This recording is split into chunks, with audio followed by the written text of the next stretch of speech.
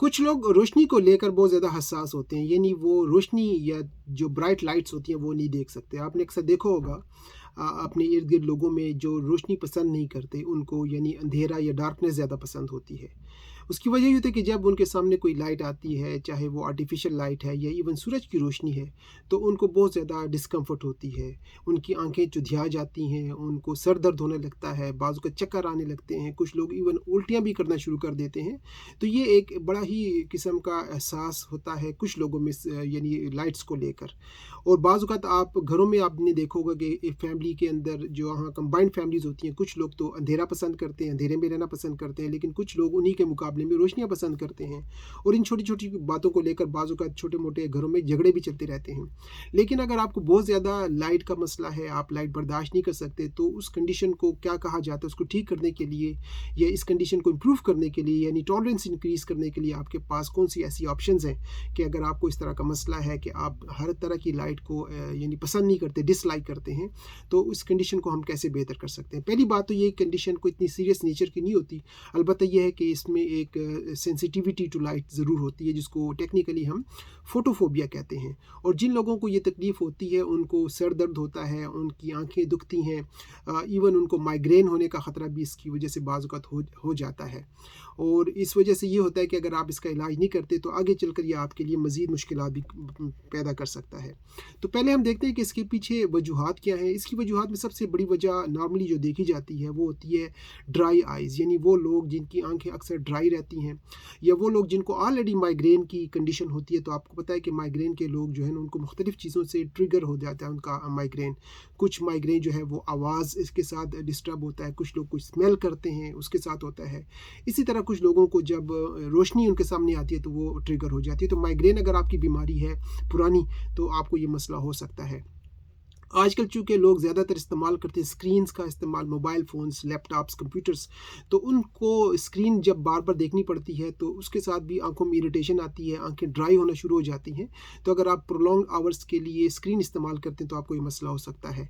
इसके अलावा वो लोग जो बहुत ज़्यादा कॉन्टैक्ट लेंसेज़ इस्तेमाल करते हैं और आँखों में किसी किस्म की इन्फ्लेमेशन आ जाती है या जो कॉर्निया होता है, उसमें कोई और बीमारी इस तरह की हो, तो आपको ये कंडीशन हो सकती है। बाज़ औक़ात कुछ दवाइयाँ ऐसी होती हैं, जो हम दवाइयाँ ले रहे होते हैं किस बीमारी के लिए, उनके साइड इफ़ेक्ट्स में भी होता है कि ड्राई आइज़। तो आप चेक करें कि अगर ऐसी कोई दवाई आप ले रहे हैं जो कि आपकी आँखों को ड्राइनेस कॉज़ कर रही है, तो जब ड्राइनेस होगी तो अल्टीमेटली आपको ब्राइट लाइट्स का मसला या फोटोफोबिया का मसला होना शुरू हो जाता है। और अगर ये मसला हल नहीं होता, तो ये होता है कि नींद आपकी डिस्टर्ब होना शुरू हो जाती है, आप एंग्ज़ायटी लेते हैं और इंसान डेफ़िनेटली ज़हनी दबाव का शिकार रहता है। अब आप अपने ज़रूर है कि आप अपने डॉक्टर को चेकअप कराएँ या इवन ऑप्टिशियन को चेकअप कराएँ कि मसला क्या है, ड्राई आइज़ हैं, माइग्रेन की वजह है, या अगर आप कोई दवाइयाँ ले रहे हैं जिनकी वजह से आपको मसला हो रहा है, तो ऑप्टिशियन को चेकअप करा के अगर कॉज़ आपको मिल जाती है, तो उस कॉज़ को अगर आप करेक्ट करते हैं, तो उस कंडीशन को हम बेहतर कर सकते हैं। यानी अगर आपको ऐसी दवाई ले रहे हैं जो कॉज़ कर रही है, तो आप अपने डॉक्टर से कहकर उस दवाई को चेंज करें। अगर आपको माइग्रेन का मसला है, तो माइग्रेन का इलाज कराएँ, क्योंकि होलिस्टिकली हम यही देखते हैं। अगर आप नॉर्मल डॉक्टर के पास जाते हैं, तो वो सबके लिए एक ही तरह की या तो कतरे दे देंगे या गोलियाँ दे देंगे, लेकिन हम कॉज़ को देखते हैं कि पीछे कॉज़ क्या है। तो होलिस्टिकली जो डिफरेंट होता है हमारा यानी तरीका इलाज बाकी लोगों से, वो यही होता है कि हम कॉज़ को देखते हैं और फिर साइन सिम्पटम्स को देखकर उसका इलाज करने की कोशिश करते हैं। अगर आप डॉक्टर के पास जाएँगे, जिस तरह मैंने बताया, तो वो आपको लुब्रिकेटिंग आई ड्रॉप्स देंगे कि आप आँखों में डालते रहें और आपकी आँखें जब लुब्रिकेशन उनमें होगी, यानी पानी की कमी ख़त्म होगी, तो आप बेहतर फ़ील करेंगे। लेकिन वो दवाइयाँ आपको बाज़ औक़ात सारी उम्र लेनी पड़ती हैं, क्योंकि उसके साथ सिर्फ लुब्रिकेशन का मसला हल हो रहा है। लेकिन जिस वजह से ड्राइनेस है, उस ड्राइनेस की कॉज़ को अगर हम एड्रेस करेंगे, तो वो लुब्रिकेटिंग ड्रॉप से भी आपकी जान छूट सकती है। इसके अलावा अगर आप स्क्रीन टाइम ज़्यादा इस्तेमाल करते हैं, तो उसको भी कम कर सकते हैं। और बाज़ औक़ात ये होता है कि आपको स्पेशल किस्म के जो है ना, वो लेंसेज़ दिए जाते हैं, जो टिंटेड किस्म के लेंसेज़ होते हैं या आई ग्लासेस होते हैं, यानी स्पेशल किस्म की उनके ऊपर लेयर्स होती हैं टिंटेड, तो आपको जो रोशनी होती है ज़्यादा तकलीफ़ नहीं देती है, आपको सेंसिटिविटी का मसला उससे कम हो जाता है। तो यानी कन्वेंशनल भी बहुत सारे इसके तरीके होते हैं और जो भी आपको सूट करता है आप ज़रूर इस्तेमाल करें, लेकिन टॉप ऑफ द लिस्ट यही होना चाहिए कि आप कॉज़ को भी यानी इंक्लूड करें। अब मैं आपके साथ कुछ ऐसी हर्बल रेमेडीज़ शेयर करता हूँ, जो अगर आप इस्तेमाल करें तो इस कंडीशन को बेहतर कर सकते हैं। एक हर्बल रेमेडी जिसको कहा जाता है बिलबेरी एक्सट्रैक्ट, ये एक ऐसी जड़ी जड़ी बूटी होती है जो कि आपकी आँखों की सेहत के लिए, ख़ासकर रेटिना की जो सेहत है उसके लिए बड़ी इंपॉर्टेंट होती है। और अगर आप इसको इस्तेमाल करते हैं तो आपकी आँखें एडजस्ट करती हैं अगर अचानक लाइट आँखों में आ भी जाती है, क्योंकि इसने आपकी रेटिना को इम्प्रूव करना है और आपके सामने कोई अचानक लाइट आती है तो आपकी जो साइट है उसी के मुताबिक एडजस्ट हो जाएगी। तो इसकी वजह से एक तो ये भी हो सकता है कि आपकी आंखों में बाजू का सर्कुलेशन ऑफ ब्लड का मसला होता है, तो जो बिलबेरी एक्सट्रैक्ट है वो खून की सप्लाई भी आपकी आंखों में ठीक करती है, तो ये आप सप्लीमेंट के तौर पर ले सकते हैं। दूसरी चीज़ है जिसको हम कहते हैं आई ब्राइट। आई ब्राइट को हम होम्योपैथी में यूफ्रेसिया के नाम से जानते हैं, और वो भी आपकी जो थकी हुई आंखें होती हैं, स्क्रीन पर अगर आपने बहुत ज़्यादा टाइम इस्तेमाल किया और ड्राइनेस आ गई है और उसमें बहुत ज़्यादा जलन हो रही है, पानी निकल रहा है, तो उस तरह की कंडीशन को भी इम्प्रूव करेंगी और आपको जो फोटोफोबिया का मसला है वो भी बेहतर होगा। तो आप आई ब्राइट या बिलबेरी एक्सट्रैक्ट दोनों में से जो भी आपको मिलता है अपने डॉक्टर से मशवरा करने के बाद इस्तेमाल कर सकते हैं। कुछ ऐसे सप्लीमेंट होते हैं जो कि आपकी आंखों के लिए अच्छे होते हैं। एक तो आपको पता है विटामिन ए, उसका आप सप्लीमेंट इस्तेमाल करें। दूसरा आप मैग्नीशियम का इस्तेमाल करें। वो इसलिए ज़रूरी है कि ये एक बड़ा ही इंपॉर्टेंट मिनरल होता है जो कि आपकी असाबी सेहत के लिए, यानी नर्व का अगर आंखों में मसला है, न्यूरोटिक प्रॉब्लम है, सेंसिटिविटी का ताल्लुक नर्व्स के साथ भी होता है, तो ये उसको इम्प्रूव करेगी। साथ आपके मसल्स अगर आंखों के कमज़ोर हुए हैं तो उसको भी इम्प्रूव करेगी। तो आप मैग्नीशियम का इस्तेमाल करें या तो सप्लीमेंट लें, या इसकी जो घर में सब्जियां फ्रूट मिलते हैं उसमें भी ये पाए जाते हैं। तो जो भी आपको ऐसी चीज़ मिलती है उसके ज़रिए आप इसको बेहतर करके अपनी आंखों का जो खिंचाव है या स्ट्रेस है वो आप बेहतर कर सकते हैं। ओमेगा 3 एक और बड़ा बेहतरीन है, उसका इस्तेमाल करने से आपकी ड्राई आईनेस भी ख़त्म होगी और साथ इन्फ्लेमेशन अगर आपकी आंखों में है, सूजन है, तो वो भी बेहतर होगी। तो मैग्नीशियम का इस्तेमाल और ओमेगा 3 का और विटामिन ए का इस्तेमाल आप कर सकते हैं।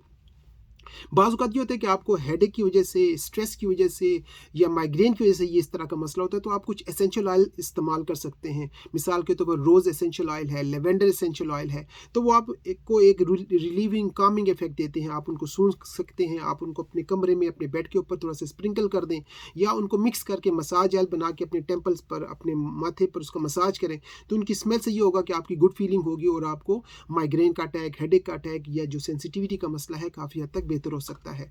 इसके अलावा आप आंखों की कुछ एक्सरसाइजेज होती हैं वो भी करें। रोलिंग आइज़ की एक्सरसाइज होती है, बहुत सारी एक्सरसाइज आपको ट्यूटोरियल मिल जाते हैं यूट्यूब पे, तो आप आंखों की एक्सरसाइजेज भी करें, उसके साथ भी आपको फ़ायदा हो सकता है।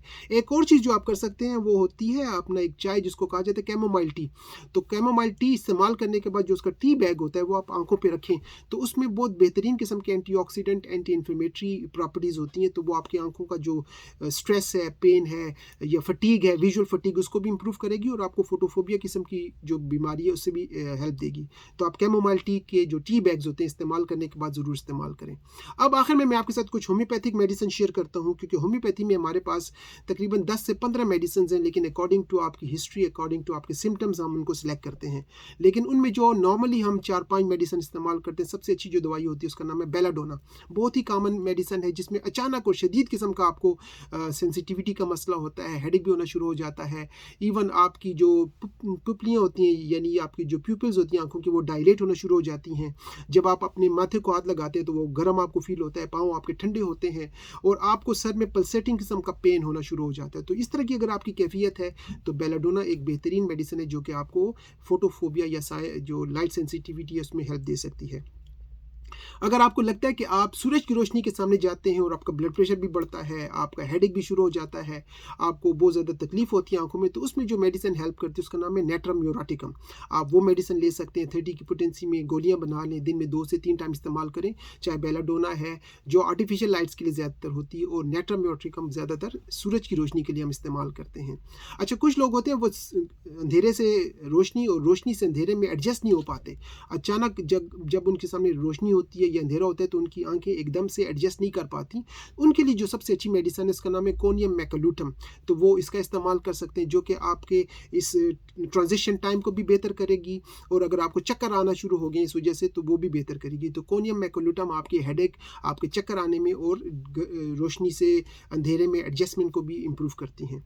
और आखिर में एक और मेडिसिन इसका नाम है फास्फोरस। ये वो लोग होते हैं जिनको ब्राइट लाइट बिल्कुल पसंद नहीं होती, वो हमेशा पसंद करते कि जब जहाँ वो सोएं वहाँ की रोशनी भी कम से कम हो, और वो बहुत ज़्यादा यानी वर्स करते हैं, डिसलाइक करते हैं लाइट्स को, तो उसमें उनको मेडिसिन जो हेल्प कर उसका नाम है फास्फोरस। तो फास्फोरस आप 200 या 30 की पोटेंसी में दिन में 1 या 2 टाइम इस्तेमाल कर सकते हैं। अगर अभी भी आपको चीज़ कोई क्लियर नहीं है तो आप किसी क्वालिफाइड नेचुरोपैथ से या होम्योपैथिक डॉक्टर से मशवरा करें। आप बताएं कि आपकी कंडीशन क्या है, किस चीज़ से आपको मसला होता है, और बहुत सारी ऐसी दवाइयाँ जो कि आपकी इस कंडीशन को मुकम्मल तौर पे रिवर्स कर सकती हैं।